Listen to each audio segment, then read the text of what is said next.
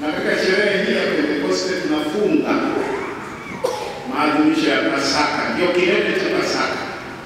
Na jioni ya leo, baada ya masifu ya jioni, mshumaa mkubwa wa Pasaka utaondolewa na vitambaa vyekundu vitaondolewa. Tunarudi katika rangi ya kijani, kipindi cha kawaida cha mwaka.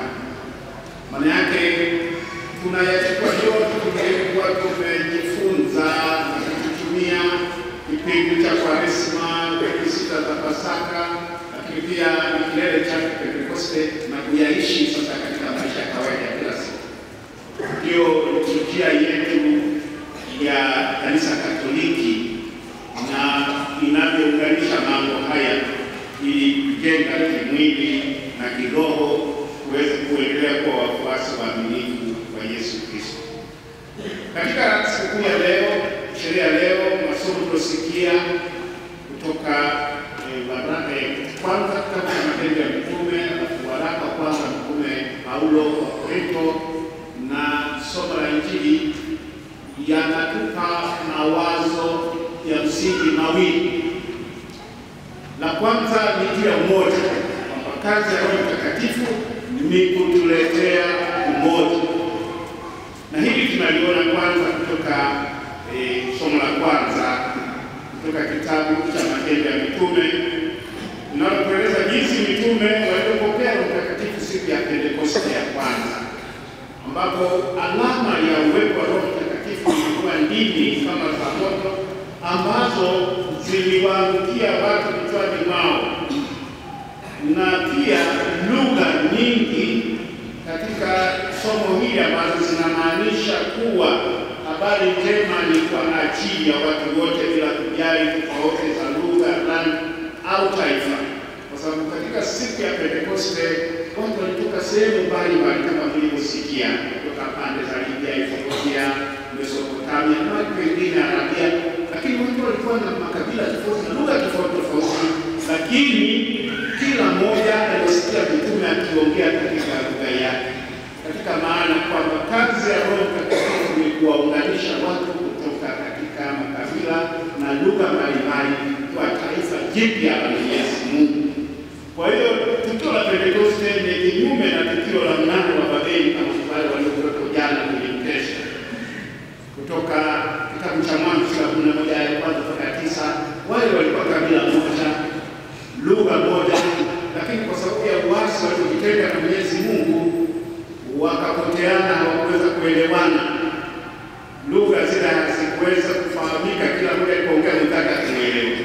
Lakini kazi ya Pentekoste na kazi ya Roho Mtakatifu anapokujia ni kutuunganisha, tunakuwa na lugha moja. Roho Mtakatifu huwaleta watu pamoja. Watu wote wanaokubali Injili na kuipokea katika maisha yao wataongea lugha moja ambayo kila mmoja wao ataielewa. Hii ni lugha gani? Lugha hii ni lugha ya upendo. Upendo ni tunda la Roho Mtakatifu. Ni kazi ya Roho Mtakatifu kuunda familia mpya yenye maelewano na mapendano. Baada ya kushukuru Roho Mtakatifu kadiri ya ahadi ya Yesu, mitume walipata ujasiri wa kumtangaza Kristo bila woga. Tunajua walijifungia, mara kadhaa tunasikia kujifungia ndani kwa sababu waliokoka Wayahudi. Lakini baada ya kupata Roho Mtakatifu wamepata nguvu na ujasiri kutoka nje na kuanza kuhubiri. Na kutoka pale wengine wameshuhudia, wengine waliuawa kama Yakobo na wengine kama Stefano, lakini haukuwa kizuizi cha kuendelea kuhubiri habari. Kwa sababu hiyo habari njema imeweza kuenea sehemu mbalimbali mpaka Ulaya, na sisi kusini wamepima msimamo wa salata, wamefika baadaye wametuhubiria. Lakini tunaweza kusahau kwamba mwanzo wa habari hii ni chumba kile cha Pentekoste ya kwanza.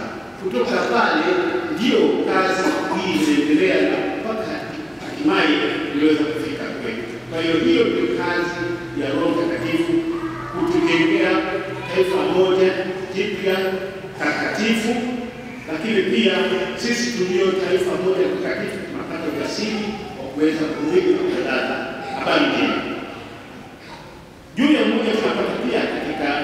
la pili tumesikia kutoka waraka wa kwanza kwa Mtume Paulo kwa Wakorintho sura ya 12 aya ya 3b hadi 7 na ile aya ya 12 na 13. Kumetokea shida miongoni mwa Wakorintho. Mtume Paulo alikana hawa, aliwafundisha juu ya habari njema ya wokovu na aliwaeleza juu ya mapaji ya Roho Mtakatifu. Lakini baada ya kutoka wamegawanyika, wamekuwa katika makundi na wengine walitumia vipaji vyao, kwa sababu tulikuwa na karama mbalimbali walipodai. Wengine wanasema ninaweza kutafsiri lugha, naweza kunena kwa lugha, naweza kuponya, naweza. Kwa hiyo katika vitu mbalimbali na karama mbalimbali zilizotokeza, watu wakagawanyika kadiri ya karama. Kumbe sio lengo la Roho Mtakatifu kugawa karama watu wagawanyike, ni kuunda taifa moja kwa kufaidiana, na anasema Mtume Paulo tuliposikia katika somo hili. Tunapokuwa pamoja kama familia moja, kadiri kila mmoja alichojaliwa kwa ajili ya kujenga familia moja ya Mungu, taifa moja la Mungu, ndio kanisa linapoweza kuimarika na kuwa tajiri zaidi. Na Paulo anatoa mfano wa mwili wa mwanadamu. Mwili wa mwanadamu una viungo mbalimbali, lakini una kila kiungo kinafanya kwa ajili ya maslahi ya mwili mmoja. Na sisi kama kanisa tunajiona kama mwili wa Kristo. Tunasema kanisa ni mwili wa Kristo kwa sababu Kristo mwenyewe ndiye kichwa cha kanisa. Na ndio maana hata ikitokea mmoja atafanya namna yoyote ambayo haimpendezi Mwenyezi Mungu na pengine hii inajeruhi kanisa zima. Nyinyi mnajua kule Ulaya kumetokea shida baada ya kuwa chache hata miongoni mwa mapadri, makasisi hawakutimiza wajibu wao sawasawa, na pengine wakaingia kwenye kudhalilisha watoto.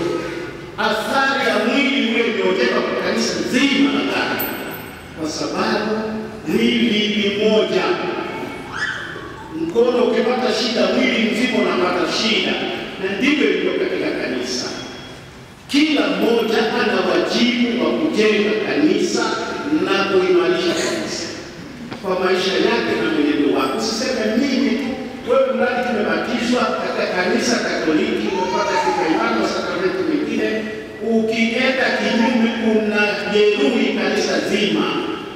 Usiseme ni mimi tu na ni mimi peke yangu, wewe ni sehemu ya mwili wa kanisa. Na hata usipotimiza wajibu wako katika kanisa sawa sawa, unajeruhi, unaleta hitilafu katika kanisa. Ingawa kanisa haliwezi kufa, kwa sababu kichwa ni Yesu mwenyewe. Watu nadhani kanisa linaweza kufa. Kuna mikakati zamani ya kujaribu kuona namna gani tuliwe kanisa, na hasa katika zinazoendelea. Wewe unaweza kuacha kusali, kanisa litabaki. Ni sawa tu na mkono. Kuna watu wana mkono, yeye si mtu akisikuwa na mkono baada umepata kansa umekata, atakuwa sio binadamu, atabaki kuwa ni mtu. Lakini kutakuwa na hitilafu fulani kwa sababu kiungo fulani kimepungua katika mwili. Kwa hiyo kanisa halitakufa eti kwa sababu mmoja amefanya anavyotaka, amejitenga na kanisa. Na wengine wanadhani ninajaribu kuadhibu kanisa na litakufa, ninaacha kusali. Utakufa wewe, kanisa litabaki. Na litabaki mpaka Kristo mwenyewe atakapokuja. Kwa sababu kichwa cha kanisa ni Yesu mwenyewe. Tunaposema mwili wa kanisa wa fumbo, kichwa chake ni Kristo, na ndio maana anabaki. Lakini Mtume Paulo nia yake ni kuhimiza kwamba kila mmoja kwa karama aliyojaliwa atumie vizuri ili kujenga kanisa moja. Kila mmoja. Mimi wanatoa mfano wa kwaya. Kwaya ina sauti nne. Kila sauti ina wajibu wake. Kwa hivyo inaweza kutokea sauti ya kwanza akasema leo hatuji kuimba. Hatuji kuimba, kwa hiyo sauti ya pili toka ya nne ndio waimbe. Wimbo katoka lakini utakuwa wa namna ya chini kidogo. Au sauti ya nne wanasema leo sisi hatuji. Kwa hiyo tutaimba sauti ya tatu mpaka ya kwanza. Kwa hiyo unaona kila mmoja lazima aimbe vizuri kama nota zile zinapoonyesha sio wimbo mzuri unatoka. Na ndivyo iko katika kanisa, kila mmoja kufanya vizuri katika sehemu yake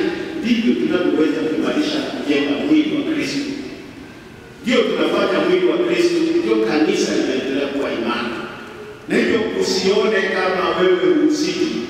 Uko sehemu ya kanisa, ni sehemu ya kanisa. Lolote utakalofanya linaleta makwazo, litasababisha maumivu katika kanisa, kwa sababu kanisa ni moja, ni mbili, ni moja. Kwa hiyo kila mmoja anao wajibu, na ndio watu wanatafsiri pia katika maisha ya kawaida. Ukitokea mtaani huko, Kristo mmoja akafanya viroja fulani, watu wanaweka kwenye imani yake, sema hawa ni Wakatoliki, wasema hawa ni Wakatoliki, mambo yale ni Wakatoliki. Unaona, umepata shida mahali fulani, ukapata huko mwaka juzi, umetokea shida kubwa, katekista akafanya mambo fulani huko ya mauaji, ilikuwa ni doa kwa kanisa zima, sio kwa watu wa Makambako tu, ni jimbo zima, na si jimbo peke yake, kanisa zima. Ndugu zangu, chochote tunachokifanya kama muumini Kristo Mkatoliki katika maisha yako, chochote tunachokifanya au kitajenga au kitabomoa na kuleta hitilafu na maumivu katika kanisa, kwa sababu ni mwili mmoja wa Kristo. Lakini mkeni, kanisa halitakufa eti kwa sababu wewe ulitenda au kufanya namna gani, lakini kuna maumivu yanatokea. Kwa hiyo ni lazima tazama, kila muumini aone anao wajibu wa kuimarisha kwa vipaji mbalimbali vya Roho Mtakatifu anapotujalia. Lakini hili linalotokea siku hizi kutoka na vipaji hata ndani ya kanisa Katoliki, kunakuwa na mgawanyiko, huyu afai zaidi, huyu afai zaidi, huyu bora zaidi, huyu mwingine. Sio kazi ya karama zinazotokana na Roho, kwa sababu Roho ni yeye yule, Mungu ni yeye yule. Nasema Mtume Paulo aliposikia katika somo la pili. Kwa hiyo kama umeelewa karama, basi ifai na kuunganisha zaidi na sio kukutenga, kwa sababu lengo la karama za Roho Mtakatifu ni kuunda na kujenga kanisa moja, na wala sio kuleta mgawanyiko, ili tuweze kuwa familia moja na kanisa la Mungu liweze kusimama. Katika somo la Injili tunaona wajibu au kazi nyingine ya Roho Mtakatifu ni kutupatanisha na Mungu kwa njia ya sakramenti ya kitubio. Yesu amewaambia alipofufuka wanafunzi wake, pokeeni Roho Mtakatifu, na wote mtakaowaondolea dhambi watakuwa wameondolewa, na wote mtakaowafungia dhambi watakuwa wamefungiwa. Katika jambo hili ndio shida kubwa iko hapa. Watu wengi leo hii hawapendi sana kupokea sakramenti ya kitubio, hawapendi, na wengine wanakoshawishi watu, wanamwambia nitaendaje kungama kwa haki. Hata mtu mmoja alisema, mimi nimeolewa na Mkatoliki, lakini tokea dhehebu lingine ninaona hazina katika kanisa Katoliki ambayo sikuona kabla. Ni kanisa takatifu, alisifu sana, kanisa takatifu safi kabisa. Lakini akasema mimi kitu kimoja kinanikwaza mimi Katoliki, kwenda kungama kwa padri. Sio kwenda kungama kwa padri, naona hapo ndio tatizo, kwa sababu huyu ni binadamu kama wewe. Sasa kaulizwa hivi, unapokea kanisa ndio, unaamini kama ni Yesu ndio, umeshiriki kanisa takatifu ndio, aliyefanya mageuzi ni nani? Ni padri. Kama masakramenti mengine tunaweza kupokea ubatizo, nani anatoa? Ni padri. Upako Mtakatifu, nani anakuja kutoa upako Mtakatifu? Ni padri. Hawa ni vyombo tu vinatumika na Kristo mwenyewe. Kwa hiyo ni lazima sana huko ndio tukikataa sakramenti ya kitubio kwa hoja hizo, tunakuwa tunakufuru na Roho Mtakatifu, na ndio sipata msamaha katika. Na Yesu amesema katika dhambi zote, dhambi ambayo huwezi kusamehewa ni kufuru Roho Mtakatifu, kwamba siwezi kusamehewa katika njia hii. Lakini Kristo mwenyewe kanisa hatutatunga sisi tukakaa chini, jamani tugawane mahali mtakuwa mnaunganisha na kuokoa dhambi. Hapana, ni Kristo mwenyewe. Hivyo mlivyoona katika somo hili, pokeeni Roho Mtakatifu, wowote mtakaoondolea dhambi watakuwa wameokolewa. Kwa hiyo ndugu zangu, ni wajibu ambao sisi tunao hata na maaskofu, hata sisi wenyewe tunapokea sakramenti ya kitubio. Padre lazima awe mfano wa kuungama, askofu awe mfano wa kuungama. Kwa njia hii yeye mwenyewe ataona umuhimu wa sakramenti hii na atawahudumia watu vizuri, kwa sababu yeye mwenyewe anaona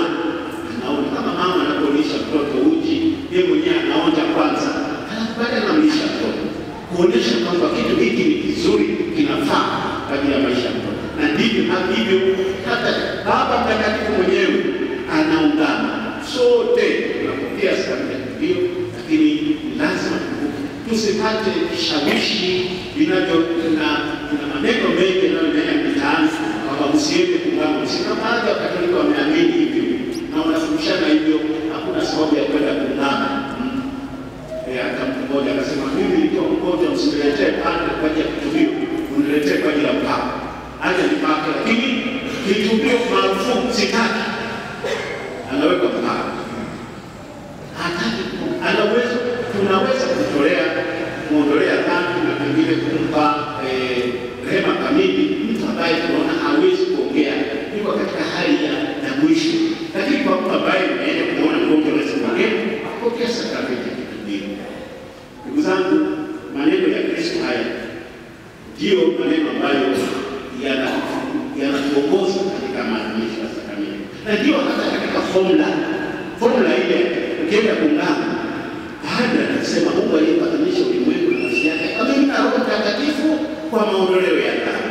Ndiyo maneno yanayosema kwenye sakramenti ya kitubio. Kwa hiyo nipende pia, pamoja na kuhimiza juu ya umoja na kila mmoja katika karama zilizotolewa na Mwenyezi Mungu, kuona umuhimu na kuwajibika kujenga mwili wa Kristo, lakini pia tutaimarika kujenga mwili kama sisi wenyewe tunatakaswa.